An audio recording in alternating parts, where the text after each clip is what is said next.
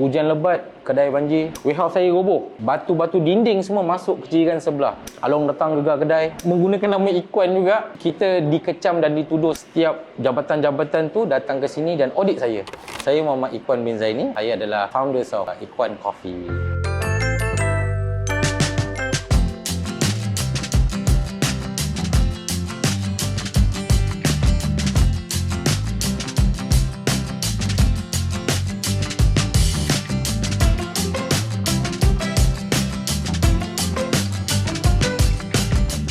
Dia bermula pada waktu COVID lah. Saya ni memang bekerja di Singapura di dalam industri kopi selama 14 tahun. Majikan bagi pilihan lah. Either kita nak stay dekat Singapura dan sambung kerja di Singapura selama 2 tahun ataupun berhenti kerja dan pulang ke tanah air lah. Tapi waktu COVID tu memang diorang sekat border untuk kita keluar masuk. Within 48 hours rasanya. Jadi saya buat keputusan untuk berhenti kerja dan pulang ke Johor Bahru. Kerana waktu tu memang wife saya tengah mengandung. Doktor cakap yang lagi 2 bulan lah nak beranak. Pada waktu COVID tu, waktu fasa 1 tu kita diberi berita lah oleh Perdana Menteri. Dia kata siapa nak berniaga boleh pergi daftar SSM, ambil tripod, pergilah ambil kursus makanan dan pergilah ambil permit untuk berniaga. Itu memang kita terfikir macam why don't kita gunakan kita punya knowledge. Kita dah belajar berapa belas tahun ni, 4 tahun lebih, hampir 5 tahun lah kita orang dah kecipung di dalam dunia food and beverage di Johor Bahru. Alhamdulillah lah, kita bermula dekat Bandar Baru Dah berdepan dengan Awar Dahmat. Alhamdulillah daripada hari pertama tu sambutan sangat menggalakkan dan kat situlah tercetusnya lah satu idea yang cakap aku nak kena buat aku punya branding sendiri. Kenapa Ikuan Coffee? Pas nama saya Ikuan kan. Saya jual kopi lah, so to make it simple, Ikuan Coffee diberi nama. Seperti namanya Ikuan Coffee, kita orang memang fokus dekat freshly brewed coffee which is espresso lah, espresso based coffee. Selain daripada itu kita juga ada non-coffee yang artisan seperti matcha, coklat ataupun flavor lain lah macam fruity punya flavor kind of beverage lah. So basically kita memang fokus dekat beverages, especially coffee. Dan selain daripada tu kita juga ada makanan sikit lah, bit of savory food, selection of dessert dan juga offer coffee catering untuk majlis-majlis lah. Tak kisahlah majlis kahwin ke, majlis birthday ke, just call us and then we be there lah. Dan juga di waktu-waktu lapang kadang-kadang kita orang ada jugalah buat macam coffee class dan juga workshop untuk community lah. We pay back the community untuk support kita orang lah selama 4-5 tahun ni kan. Dia track back tu kita punya youngest day lah, masa kanak-kanak dulu. Saya dibesarkan dalam keluarga yang besar. Bapak saya ni marine lah, custom marine. Selalu belayar. Kali belayar 3 bulan pergi, nanti bawa balik. So most of the time, dan mak saya mengisi masa lapang ni dengan berniaga lah. Pasal dia suka berinteraksi dengan orang, dia suka berniaga. Kat situ minat dia datang tau. Memang daripada kecil ni kita memang ada terfikir macam, oh one day I need to do this lah. I need to own my own business kan. Dia banyak benda yang berlaku lah waktu kita start sampai ke hari ni kan. To be honest, saya nak elak banyak benda yang saya lalui. Membentuk saya, menstructurekan company saya, mendevelopkan saya punya mindset dan juga cara saya bekerja dengan lebih baik. Jadi bagi saya, kalau saya dapat return back to time, saya akan make sure paksa diri saya untuk lalui lah semua benda yang susah tu. Sebab without this, saya tak ada kat sini lah Jadi Tuhan dah susun. Jadi bagi saya ni semua jodoh daripada Tuhan. Alhamdulillah lah. Benda ni membentuk saya untuk menjadi manusia yang maybe lebih baik lah. To be honest, moment yang betul-betul saya on the dark days lah, macam betul-betul nak give up adalah pada tahun lepas, tahun 2024. Baru je rasa macam semalam je berlaku. Dia it's a continuous event yang penuh dengan problem lah. Tahun 2024, saya start dengan earlier, hujan lebat, kedai banjir. Dan lepas pada tu, saya ada hire satu staff ni yang berhutang dengan Along datang gegar kedai in sequence lepas satu man by man. Dan after that dalam bulan 6, bulan 7 saya ada sewa tanah berdekatan di sini, jalan construction sikit. Hujan 7 hari 6 hari yang berpanjangan.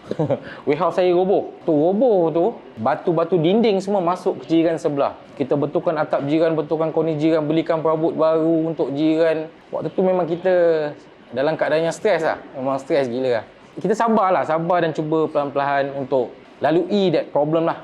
Ingat tu dah soft, dah habis dah. Ni birthday saya paling sedih lah 2024. Waktu birthday saya bulan September tu pula, tengok berita tiba-tiba ada satu company ni lah yang menggunakan nama Ikuan juga. Ya Allah, hai. Waktu tu memang viral tau. Jadi kita dikecam dan dituduh sebagai satu company lah. Semua yang ada kena-mengena ataupun yang kemungkinan ada kena-mengena perlu diaudit. Bayangkanlah berapa banyak jabatan yang ada kena-mengena dalam perniagaan di Malaysia ni. Salah, tak nak sebut nama lah Tiap jabatan-jabatan tu datang ke sini dan audit saya. Waktu tu adalah stressful moment because diorang bukan datang dengan macam, hai, awak berniaga kan? Nak check boleh tak? Diorang datang awak macam mana, cara kasar lah juga. Jadi kita ada perasaan nak kena dokumen, kena pergi naik office. Waktu tu memang nak give up lah, waktu tu yang audit tu lah kan. Bayangkan lah dalam masa sebulan tu ada 5-6 audit. So memang stressful. At least I learn something lah in advance. Orang pun cakap, Ikwan, kau niaga baru 4 tahun ni, tak pernah kena macam kau. Saya sekarang ni kalau ada orang nak datang audit, nak buat audit, okey, awak pun dokumen apa? Kita lebih tenang, kita tahu nak buat apalah. Satu Malaysia tergempar, satu Malaysia tu. Yalah, kita dah lebih professional lah daripada segi documentation kan. Waktu tu saya nak give up ke tak, memang nak give up lah. There's nothing to describe that feeling lah bila nak quit tu kan. Dia memang, kita betul-betul, dia ada rasa macam, kan. Macam nak gini pun ada juga kan. Tapi panjang saya berniaga ni, satu benda yang saya belajar adalah human connection. I mean staff. Saya masa waktu saya start berniaga tu, hanya ada RM400 je start berniaga. Saya start dengan berniaga botol. Along the way, dapat profit, kita simpan. Saya tak pernah spend kat diri saya. Saya dijodohkan untuk bertemu tau dengan staff-staff saya sampai ke hari ni kan. Jadi bila pandang muka diorang kan, diorang macam, saya ada mission tau. JB macam cakap tadi, saya nak curahkan balik apa yang Johor dah bagi kat saya. Orang Melayu ni ada potensial, orang Malaysia ni ada potensial untuk menjadi businessman yang berjaya. Diorang perlukan saya lah. Diorang perlukan this platform untuk kesenambungan lah. For the better future lah. The emotional punya period tu saya boleh breakthrough dan be positive. Saya kena make sure saya jaga diorang lah Lah dia kat. Idola saya, mak saya lah.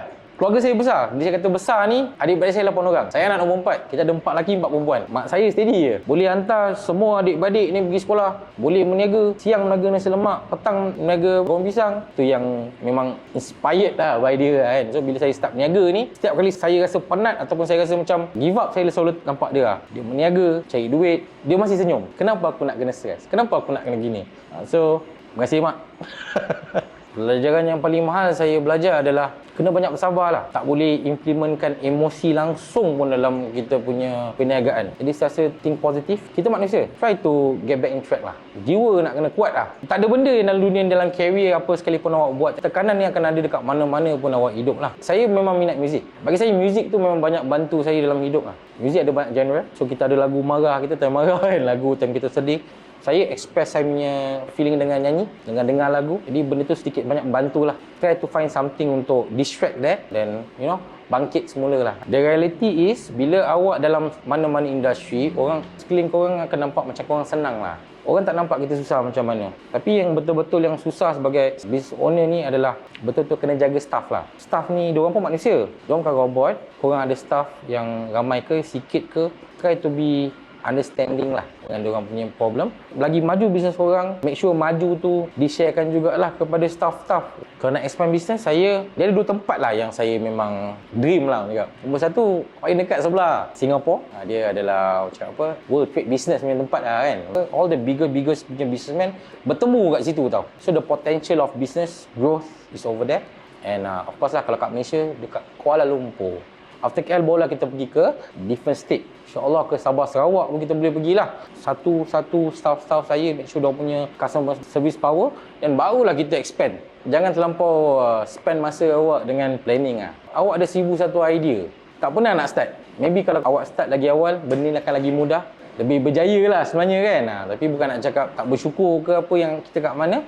Belajar untuk berani lah, to take leap of faith lah. InsyaAllah Tuhan ada. Come on guys, anak-anak muda.